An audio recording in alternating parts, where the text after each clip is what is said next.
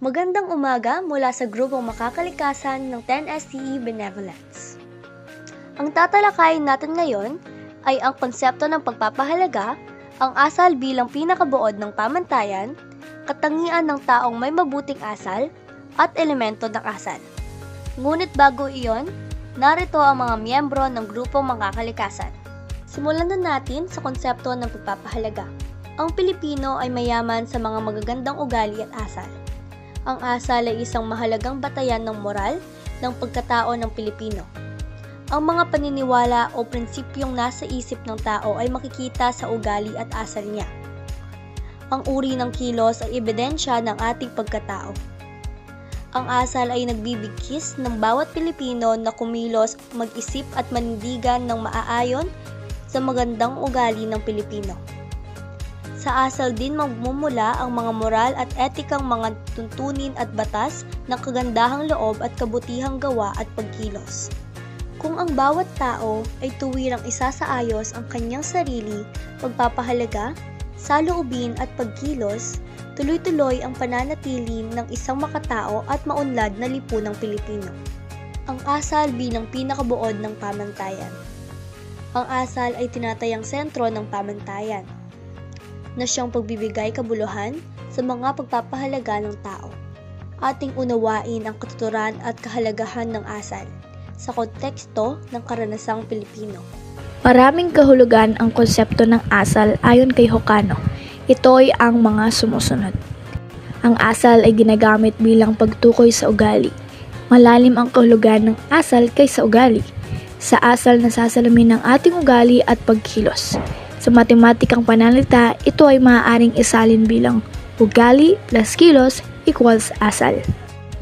Ang pagkakaroon ng mabuting asal ay pagiging tunay na tao at higit sa lahat ang pagiging Pilipino. Ito ay nangangahulugan ng pagkilos alinsunod sa kulturang makapilipino at hindi makadayuhan. Ang mabuting asal ay isang uri ng paggalang at pagbibigay halaga sa mga kumbensyon ng kultura at lipunan. Mga katangian ng taong may mabuting asal.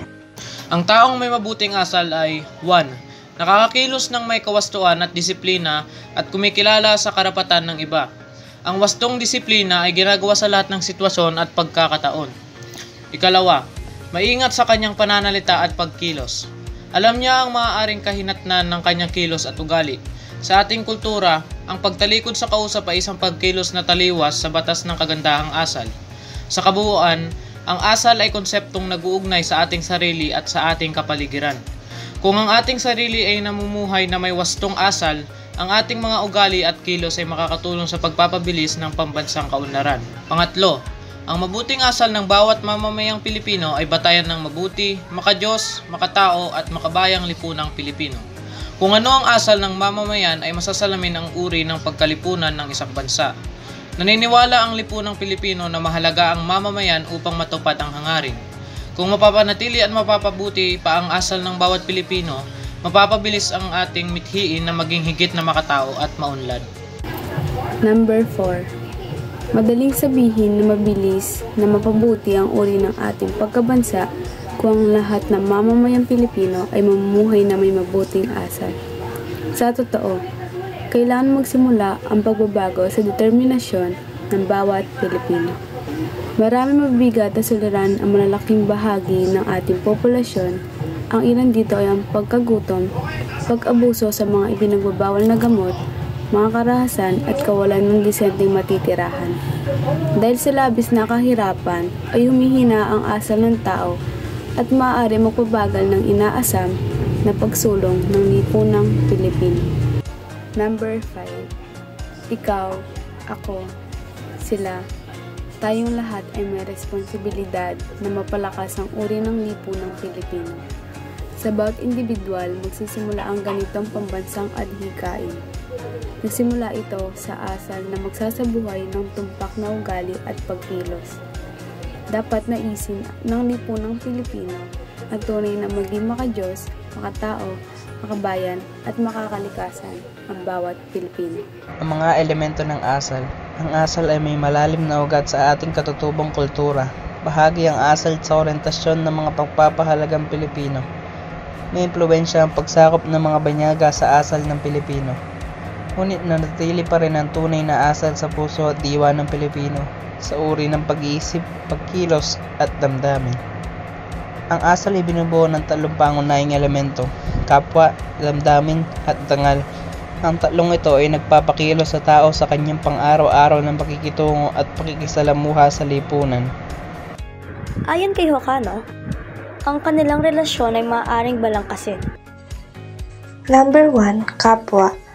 Ang konsepto ng kapwa ay tumutukoy sa kondisyon ng pagkakaroon ng isang ugnayan at ng pagiging pantay bilang miyembro ng isang samahan o lipunan. Ang kapwa ay ginagamit upang bigyan ng mataas na pagpapahalaga na ibinibigay ng Pilipino sa relasyon at pakikipagkapwa ng tao. Bilang mga Pilipino, tayo ay ang ating kapwa ay isang pagbubuklod-buklod ng sarili sa iba, siya nagtataglay ng pag-uugnay sa sarili ng kapwa. Ang mga pagpapahalagang pakikisama, pakikitungo at pakikiramay ay ilan lamang ng mga kaugaliang refleksyon ng ating pagmamahal sa kapwa. May mabubuti at may mamasasamang epekto ang elemento ng kapwa sa pagsasabuhay ng Pilipino. Makikita ang mabuting kasalanan sa wastong pakikipagkapwa sa ating tahanan, paaralan at pamayanan. Number 2, damdamin. Ito ang tinaguriang pagsaalang-alang sa saloobin ng iba. Ito rin ang nagpapatunay ng pagiging sensitibo ng mga Pilipino. Mahalaga para sa atin ang damdamin ng kapwa. Upang maiwasang masaktan o masaling ang damdamin ng kapwa, ang Pilipino ay may mga tiyak na batas na dapat sundin. Ang ilan sa mga ito ay Letter A, hiya. Ito ay tumutukoy sa panlipo ng pagkilos na dapat alahanin ng bawat isa. Sa ating kultura, dalawang uri ng tao ang nakakahiya. Number 1, walang hiya. Mga taong walang urbanidad at galang. Number 2, walang utang na loob. Mga taong hindi marunong tumanaw ng kabutihang loob. Amor proprio at delikadesa.